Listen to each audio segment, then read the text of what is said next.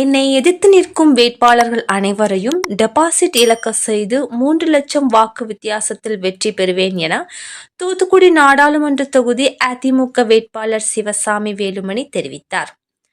தூத்துக்குடி நாடாளுமன்ற தொகுதி வேட்பாளர் சிவசாமி வேலுமணி வேட்பாளராக அறிவிக்கப்பட்டவுடன் முதன்முறையாக சென்னையில் இருந்து விமானம் மூலம் தூத்துக்குடி விமான நிலையம் வந்தார். அவருக்கு தூத்துக்குடி அதிமுக தெற்கு மாவட்ட செயலாளர் SP சண்முகநாதன் மற்றும் வடக்கு மாவட்ட செயலாளரும் முன்னாள் அமைச்சருமான கடம்பூர் ராஜு தலைமையில் அதிமுகவினர் உற்சாக வரவேற்பு அளித்தனர்.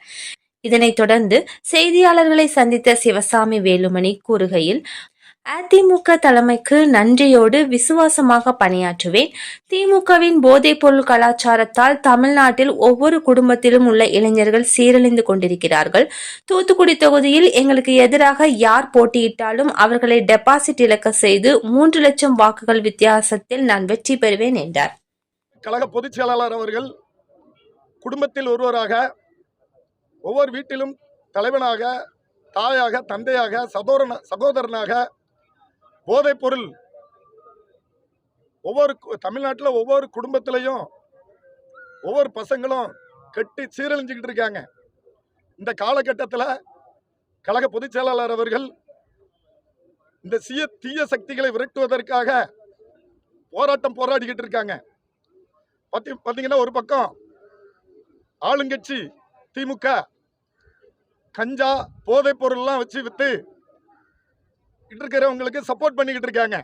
இன்னொரு பக்கம் அதை தடுப்பதற்கு கழக பொதுச் செயலாளர் அவர்கள் அரும்பாடுபட்டு போராட்டத்தில் ஈடுபட்டுக்கிட்டு இருக்காங்க.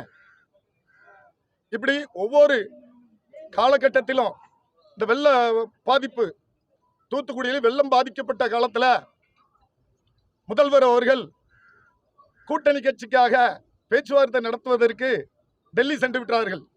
பார்த்தீங்கன்னா, கழக பொதுச் செயலாளர் அவர்கள் ரத்தத்தில் பாசம் இருந்தாதான், அக்கறை இருந்தாதான், தமிழ்நாட்டு மக்கள் மேலே ஒரு அக்கறை இருந்தாதான் எடுத்த உடனே, அதாவது யாருமே வீட்டை விட்டு வெளியில் வர முடியாத டயத்துக்குள்ள அவர் சென்னையில இருந்து இங்கே முதல்ல மக்களை சந்திக்கிறதுக்கு வந்துட்டாங்க. இப்படி தமிழ்நாட்டில் மக்கள் மீது அக்கறை உள்ள ஒவ்வொரு குடும்பத்தின் மீது ஒவ்வொரு பிள்ளைகளையும் தன் பிள்ளைகளாக, தன் சகோதரனாக அவங்க பாவிச்சு அரசியல் பண்ணிக்கிட்டு இருக்காங்க. இந்த நாடாளுமன்ற தேர்தலில் எந்த ஒரு வேட்பாளராக இருந்தாலும் சரிதான், அவங்கள டெபாசிட் இழக்க வச்சு சுமார் 3000 ஓட்டுகள் வித்தியாசத்தில் 3 லட்சம் ஓட்டுகள் வித்தியாசத்தில் வெற்றி பெறுவதுதான் எங்களோட இலக்கு. மிகப்பெரிய பெரிய பிரபலமான ஒரு நீங்க கேண்டிடேட் இருக்கீங்க. உங்க மனநிலை எப்படி இருக்கு? என்ன பிரபலம்னு எனக்கு ஒண்ணுமே புரியல. அவங்க மக்களுக்கு எதுவுமே நல்லது செய்யல. அதாவது விருந்தாளியாகவும் விழாவுக்கு விருந்தாளியாக வந்துட்டு போனதுதான் மிச்சம். எந்த ஒரு பணியும் ஒன்றும் சிறப்பா செய்யல. இப்ப தாமிரபரணி ஆறு ஒரு மழை காலத்துல கேரளாவில் பெய்யக்கூடிய மழை மணிமுத்தாறு, பாபநாசம் வழியா கடல்ல கடற்கரைக்கு வழி இந்த வழியா தான் இருக்கு. அப்போ மழை காலத்துல வெள்ளம் வரும், அதை எப்படி பாதையை சரி பண்ணணும், கரைகள் உடைந்திடக்கூடாது அப்படின்லாம் அக்கறை கிடையாது. அவங்களுக்கு விழாவில் கலந்துக்கிட்டு விருந்தாளியா இருக்கணும். அதுதான் அவங்களோட அந்த கடந்த 5 வருடத்துல அந்த எதிர் வேட்பாளர் இதைத்தான் செஞ்சாங்க. வேற மக்கள் பணியெல்லாம் எதுவும் செய்யல. நான் மண்ணில் மைந்தன். இங்க இருக்கக்கூடிய ஒவ்வொரு தெருவும் எனக்கு தெரியும். தூத்துக்குடியில் இருக்கக்கூடிய ஒவ்வொரு தெருவும் தெரியும். தூத்துக்குடி மாவட்டத்தில் இருக்கக்கூடிய ஒவ்வொரு மக்களோட பிரச்சனைகள் தெரியும். இப்போ குறிப்பா பாத்தீங்கன்னா, இப்போ பனை தொழிலாளர்கள் இருக்காங்க. அவங்க அவங்களுக்கு என்னென்ன கஷ்டங்கள் இருக்கு. அவங்க ஒரு நாளைக்கு 2 வேளை பணம் ஏறணும், குடிசையில வாழணும். இப்படி அவங்களுக்கு ரொம்ப அவங்க வாழ்க்கையை நம்ம நினைச்சு பார்க்கணும். அதே மாதிரி பாத்தீங்கன்னா, வாழை விவசாயிகள் இப்போ தாமிரபரணி ஆற்றங்கரையில பாத்தீங்கன்னா பெரும்பாலும் வாழை விவசாயம் தான் நடந்துகிட்டு இருக்கு.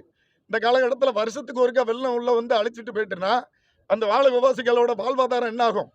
அப்போ இதை பத்தி தெரிந்த மண்ணின் மைந்தனுக்கு தான் இந்த குறையை தீர்க்க முடியும். அதே மாதிரி பாத்தீங்கன்னா, உப்பளம், இந்த வைப்பாறு ஆத்துல வெள்ளம் உள்ள கரை சரியில்லாம உள்ள தண்ணி வந்துட்டுன்னா உப்பளம் அந்த பகுதியில் அழிஞ்சு போயிடும்.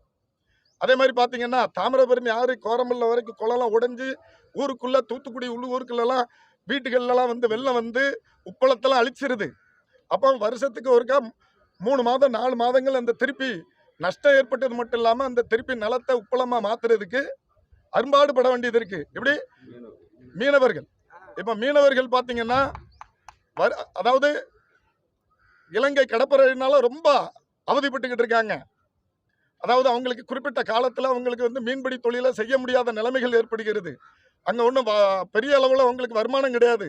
அவங்களோட வாழ்வாதாரத்தை மேம்படுத்துறது விதமா எனக்கு வாய்ப்பளித்தா நான் வெற்றி பெற்று நாடாளுமன்றத்தில் பெரும் போராடி இலங்கை கடற்படையிடமிருந்து எந்த ஒரு போராட்டம் நடத்தி அவங்க வாழ்வாதாரத்தை வெற்றி பெற வாழ்வாதாரத்தை மேம்படுத்துவது தான் என்னோட உறுதி.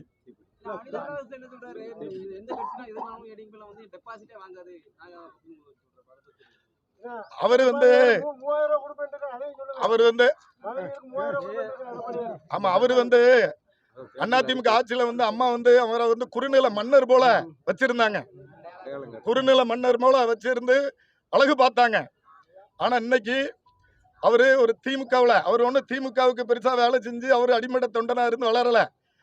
அம்மா இங்க வந்து மந்திரியா வச்சிருந்தாங்க, அழகு பார்த்தாங்க. அது அப்படியே டிஎம்கேக்கு போயிட்டு அடையாளம் காட்டப்பட்டு அவர் இன்னைக்கு வந்து அதிமுக டெபாசிட் இழந்துரும், அதிமுக அழிஞ்சு போயிருன்னு சொல்றதெல்லாம் அவருக்கு மனசாட்சியே கிடையாது. அவரு சாப்பிடுற சோறு முத கொண்டு அதிமுகவோட சோறு. அவர் உடம்புல வந்து ஓடுற ரத்தம்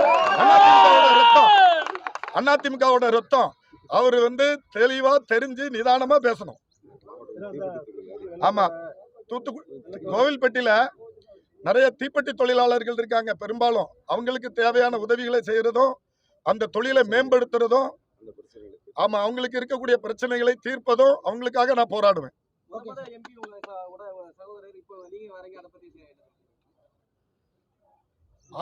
அவரு அந்த கட்சியில நின்று வெற்றி பெற்றாரு. அதுக்கு எனக்கு சம்மந்தம் கிடையாது.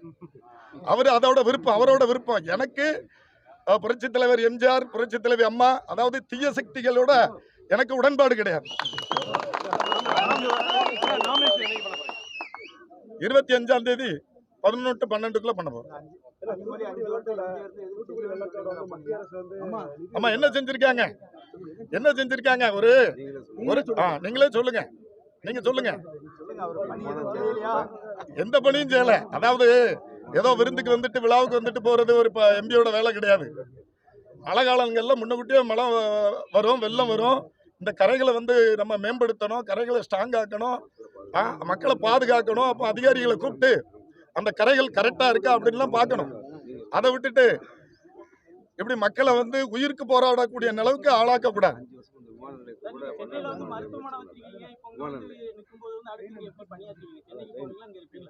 அதாவது தூத்துக்குடியில் இருக்கக்கூடிய தொழிலதிபர்கள் நிறைய பேர் தமிழ்நாடு ஃபுல்லா மட்டும் இல்லாம இந்தியா ஃபுல்லா தொழில் கிளைகள் அமைச்சிருக்காங்க. அதே மாதிரி எனக்கு வந்து இன்னும் 2 கிலோமீட்டர்ல விவசாயம் நடந்துகிட்டு இருக்கு, ஊர்ல விவசாயம் இருக்கு, இங்கேயும் தொழில் பண்ணிக்கிட்டு இருக்கேன். நான் இங்கேயும் வைத்தியம் பார்த்துக்கிட்டு இருக்கோம். இப்படி இந்த அதாவது சென்னையில மட்டும் கிடையாது, நான் இன்னும் இங்கேயும் தொழில் பண்ணிக்கிட்டு இருக்கேன். வாரத்துல குறைஞ்சது 3 நாள் இங்க தான் இருந்துகிட்டு இருக்கேன். உத்தரவாதம் கொடுத்த மாதிரி இந்த விமான நிலையத்தை கூட பன்னாட்டு விமான நிலையமா ஆக்கல. அதுபோக இஎஸ்ஐ சொன்ன மாதிரி இஎஸ்ஐ மருத்துவமனை கொண்டு வரல. விபிடி மேம்பாலம் சொந்த அந்த எம்பி ஃபண்டில் பண்ணி தரேன்னு சொன்னாங்க, அது செய்யல. இந்த மாதிரி எந்த ஒரு கொடுத்த உறுதிமொழிகள் எதுவுமே செய்யல. மாறாக போதைப்பொருள், கஞ்சா இவங்களோட கூட்டு வைத்து அவங்களோட குடும்ப வசதிகளை பெருக்கிற வேலையை தான் செஞ்சுக்கிட்டு இருந்தாங்க.